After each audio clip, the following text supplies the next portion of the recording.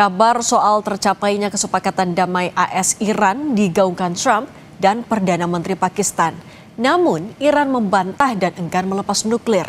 Selengkapnya kita bahas bersama pakar geopolitik dan keamanan nasional Wibawanto Nugroho dan warga negara Iran sekaligus dosen International Institute for Islamic Studies Kasem Mohammadi. Selamat petang semuanya. Selamat petang, Pak. Selamat petang. Mas Kasem, kalau Trump kan klaimnya adalah bahwa kesepakatan sudah semakin dekat akan diteken. Tapi sebenarnya kalau gambaran respons dari media Iran, warga Iran sejauh ini seperti apa sih menanggapi kemungkinan kesepakatan damai itu?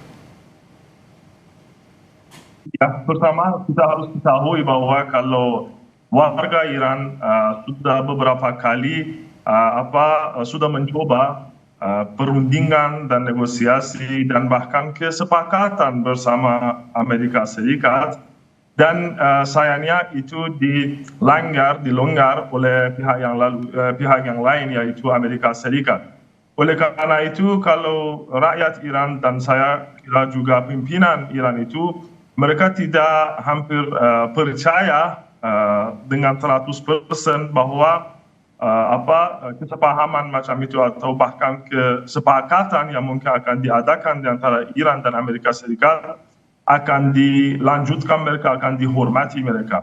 Oleh karena itu ya pasti Iran akan lanjutkan, prioritasnya Iran itu pasti adalah masalah kedamaian dan negosiasi sama negara-negara yang lain. Tapi ketika itu negara yang tidak bisa memahami negosiasi dengan baik, dia hanya mau memaksa tuntutan berlebihannya, dia itu agak susah melanjutkan perundingan ataupun kerjasama sama dia. Oleh karena itu masih warga Iran itu masih abu-abu, masih tidak berpihak dengan kesepahaman macam itu. Apakah mereka sedih atau senang belum jelas, karena kami itu tidak begitu percaya bahwa itu akan dihormati dan dijalankan syarat-syaratnya oleh pihak yang lain. Oke, kalau misalnya masih ada masalah ketidakpercayaan yang jadi persoalan fundamental di sini, Mas Wibawanto, artinya apakah kesepakatan damai ini hanya klaim dari satu pihak dari Amerika Serikat saja, masih jauh sebenarnya? Oke, jadi gini Mbak ya. Jadi yang pertama itu kita harus melihat bahwa ini momen penting ya, untuk bisa mencapai yang disebut dengan deeskalasi strategis, di mana masing-masing itu mencari bottom line yang sama.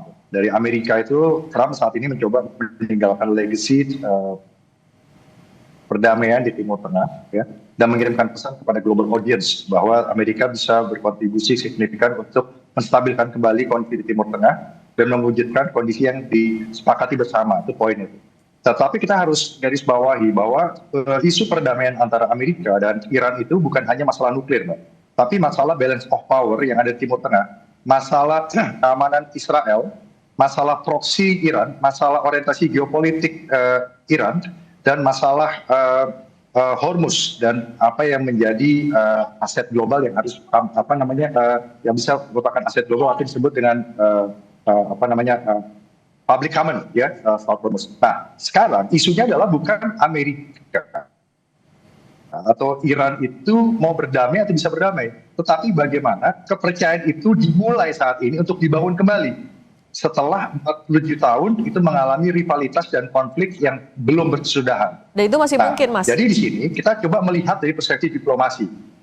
Ya, jadi itu kita melihat dari proses diplomasi sekarang. Kita senternya diskusi adalah diplomasi. Bahwa ini menunjukkan proses diplomasi yang masih berlangsung, tapi belum mencapai tahap finalisasi. Ada 3 poin strategis yang saya mau garis bawahi. Yang pertama adalah ini bukan kegagalan diplomasi, baru merupakan perbedaan dalam hal manajemen ekspektasi. Washington berupaya menunjukkan niat baik untuk mewujudkan perdamaian, sementara Iran ingin mempertahankan posisi tawar dan menghindari kesan menyerah kepada tekanan Amerika Serikat. Itu penting juga untuk dikritik Iran, ya. Yang kedua adalah Iran sedang bermain pada 2 level sekaligus. Di satu sisi, Iran juga membuka ruang kompromi dengan Amerika dan dunia internasional, termasuk juga dengan negara-negara lain, stakeholder lain di Timur Tengah. Tetapi Iran sendiri juga harus mengakomodir keinginan kelompok-kelompok keras yang menolak kompromi berlebihan terhadap Amerika. Itu poin itu. Dan yang ketiga adalah stabilitas kawasan masih sangat rapuh, ya. Jadi walaupun terdapat kemajuan diplomatik, terutama isu nuklir, ya, Iran mengatakan mengatakan ini hanya untuk kepentingan sipil ya. Nah, sanksi ekonomi pembukaan Selat Hormuz dan konflik proksi regional masih belum selesaikan sepenuhnya tuh orientasi geopolitik Iran. Nah, jadi yang kita lihat ini bukan perdamaian yang gagal, kalau dari perspektif diplomasi, tapi perdamaian yang belum selesai. Jadi Washington ingin menunjukkan bahwa kesepakatan sudah dekat, sementara Teheran ingin memastikan seluruh kepentingan strategisnya terlindungi sebelum memberikan persetujuan final, terutama salah satunya adalah keamanan rezim 79 itu sendiri. Jadi perbedaan pernyataan antara Washington dan Teheran mencerminkan kompleksitas dari negosiasi, bukan runtuhnya proses diplomasi. Jadi untuk Indonesia kita harus hati-hati nih menyikapi kondisi sekarang, karena chance yang kecil, yang paling kecil sekarang ini terjadi adalah perang terbuka, ya. Nah, chance yang paling realistis saya adalah status quo, ya, dengan adanya sedikit perubahan gradual. Dan chance yang paling ideal adalah langsung normalisasi semuanya. Nah, jadi itu dulu. Nah, saya memprediksi selama 3 hari ke depan ya Mbak, 72 jam ke depan, ada 4 hal yang mungkin terjadi. Yang pertama adalah negosiasi tetap berlanjut melalui mediasi Qatar dan Pakistan, itu pasti. Yang kedua, kemungkinan besar dalam waktu dekat, 1 hari mungkin ada framework agreement sebelum adanya perjanjian komprehensif. Yang ketiga, kedua pihak akan terus menyampaikan pesan publik yang berbeda sambil menyesuaikan detail teknis di balik layar. Dan yang keempat, peluang tercapainya kesepakatan awal masih lebih besar dibandingkan kembali kepada eskalasi militer terbuka. Paling tidak untuk saat ini, di mana Presiden Trump untuk mengakomodir kepentingan di Washington menghindari perang. Nah, tapi kalau dari sudut pandang Iran juga, Mas Kasim, apa sebenarnya kepentingan yang masih tidak terfasilitasi dalam klausul yang disampaikan atau yang sudah tersebar juga di media? Tapi jangan dijawab dulu, kita akan sambung lagi usai jeda. Tetap bersama kami di Kompas Petang.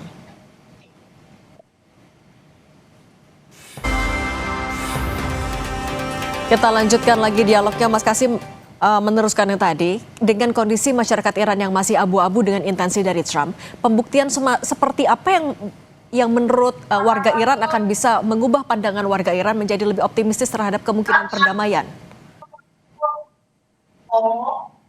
Ya, saya kira tidak bisa kita carikan satu tindakan yang menjadi orang Iran itu optimistik, karena itu berkali-kali Iran sudah mencoba bernegosiasi dan bekerja sama Amerika Serikat, tapi ini mereka yang menolak itu. Kami ini 2 kali diserang selama 1 tahun yang lalu itu, padahal kami bernegosiasi dan dalam proses negosiasi sama Amerika Serikat.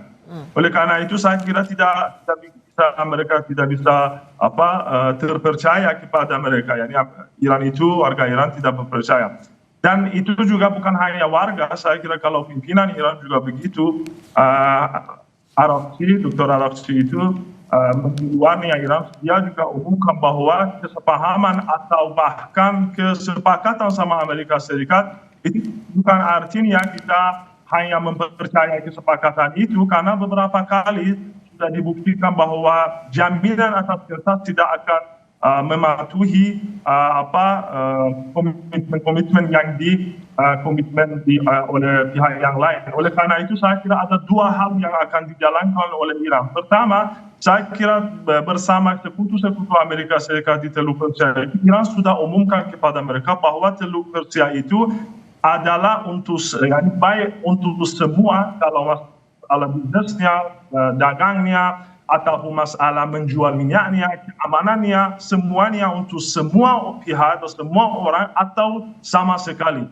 Yani harus ini mereka saya kira sekarang sudah paham itu dengan melihat kekuatannya Iran. Itu satu hal. Kedua, masalah leverage ya, masalah daya tawar ataupun leverage yang sekarang Iran itu mempunyai, yaitu masalah Selat Hormuz. Saya kira itu juga Iran tidak akan lepas tangan dari Selat Hormuz gitu. Ya mungkin ada sebagian sistem yang mungkin agak baru dan memperbaiki atau mempermudahkan lintas Selat Hormuz itu selama minimalnya 60 hari ke depan. Tapi masih saya kira tidak akan lepas tangan, karena itu nampaknya satu leverage yang luar biasa bagi Iran untuk memastikan dan sebagai satu jaminan nyata yang bisa memastikan bahwa komitmen-komitmen yang diterima oleh pihak yang lain itu akan dijalankan. Oke, baik. Nah, di tengah kemungkinan kesepakatan damai yang dikabarkan akan berlangsung beberapa hari lagi atau dalam waktu dekat, Mas Wibowo, juga masih ada gempuran Israel ke Lebanon. Apakah ini memungkinkan kesepakatan itu bisa tetap terjadi dan bagaimana Israel akan terus mengganggu proses menuju perdamaian ini, Mas? Masih di mute, Mas Wibowo? Kita harus melihatnya komprehensif, Mbak, ya. Jadi kita melihat bahwa ini adalah momentum emas untuk adanya proses perubahan regional security complex structure di Timur Tengah. Akhirnya ke sana, walaupun butuh waktu ya. Jadi kita melihatnya itu bahwa interaksi itu sekarang. Nah, interaksi itu akan memformulasikan syarat-syarat menuju kepada perdamaian itu sendiri. Nah, disitulah terjadi proses kepercayaan yang dibangun. Jika tanpa itu, akhirnya secara spesifik meminta bahwa masalah nuklir Iran harus diverifikasi dengan ketat dan kemampuan militer Iran harus bisa dibatasi secara maksimal. Yang ketiga, kemampuan proksi khususnya itu tidak membahayakan kepentingan keamanan nasional dari Israel. Ini minta jaminan stabilitas ya, terutama mereka mementingkan Mas Wibowo, tampaknya ada gangguan komunikasi. Pertumbuhan ekonomi, investasi dan perdagangan. Nah, yang berikutnya jadi gini. Jadi yang pertama ya, jadi untuk Iran sendiri sekarang itu banyak kelompok yang pragmatis, Mbak. Jadi berharap supaya Iran segera lepas dari masalah ekonomi karena perang, tekanan ekonomi selama ini, sanksi-sanksi yang ada, dan pembangunan senjata nuklir pun juga pembangunan nuklir pun ditujukan untuk tujuan yang sipil, sifatnya sipil. Tetapi ini semua harus mendapatkan apa yang disebut dengan kepercayaan satu sama lain. Makanya interaksi ini dalam waktu 1 sampai 3 hari ini begitu penting kualitasnya gitu. Bukan hanya formalitas. Karena basis dari segala sesuatunya adalah kepercayaan yang bisa dibangun, diriset ulang dan dibangun dalam 3 hari ke depan. Itu Mbak poinnya. Itu sebagai kunci keberhasilan. Oke, rasa percaya menjadi krusial. Mas Wibowo Nugroho dan Mas Kasim Muhammadi, terima kasih sudah berbagi bersama kami di Kompas Petang. Saya selalu semuanya.